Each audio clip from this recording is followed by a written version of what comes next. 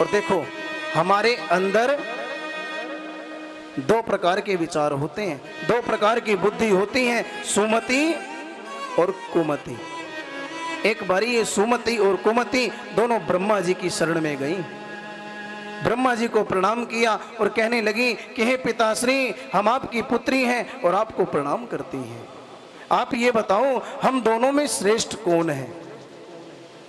तो ब्रह्मा जी ने कहा कि दोनों ही श्रेष्ठ हैं, दोनों ही मेरी पुत्रियां हो। तो फिर कहा, नहीं बताओ ना, हम दोनों में श्रेष्ठ कौन है? तो ब्रह्मा जी ने कहा कि अभी निर्णय हो जाएगा।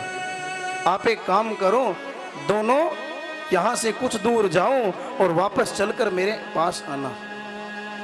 सुमति और कुमति दोनों चल करके गई और वापस ब्रह्मा जी के पास आई और फिर पूछने लगी कि हे ब्रह्मा जी बताओ, हम दोनों में श्रेष्ठ कौन है? ब्रह्मा जी ने कहा, सुमति कुमति सब की ओर रही, नाथ पुराण निगम अस कही।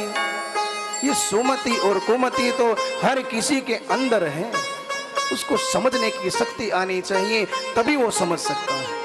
कुछ लोग सुमति का प्रयोग करते हैं, कुछ लोग कुमति का। सुमति मतलब अच्छी मति, अच्छी बुद्धि, और कुमति मतलब बेकार बुद्धि। ये दोनों हर व्यक्ति के अंदर है।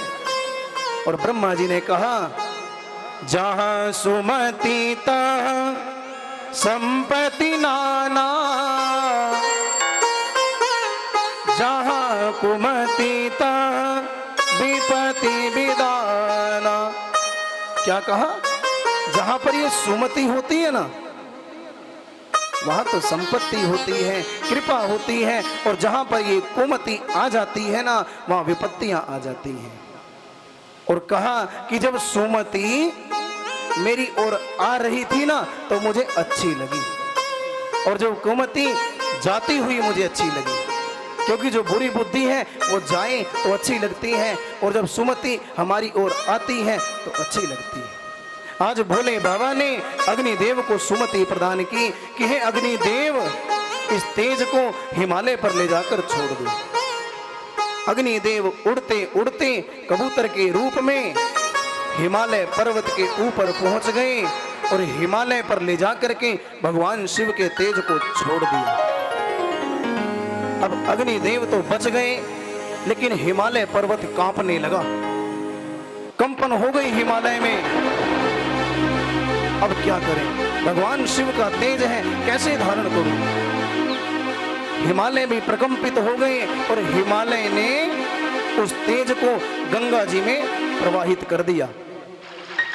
और कहते हैं भगवान शिव का तेज अब गंगा जी में आ गया, और गंगा जी भी इस तेज को सहन नहीं कर पाई, तो गंगा जी ने इस तेज को सरकंडों के समूह में डाल दिया।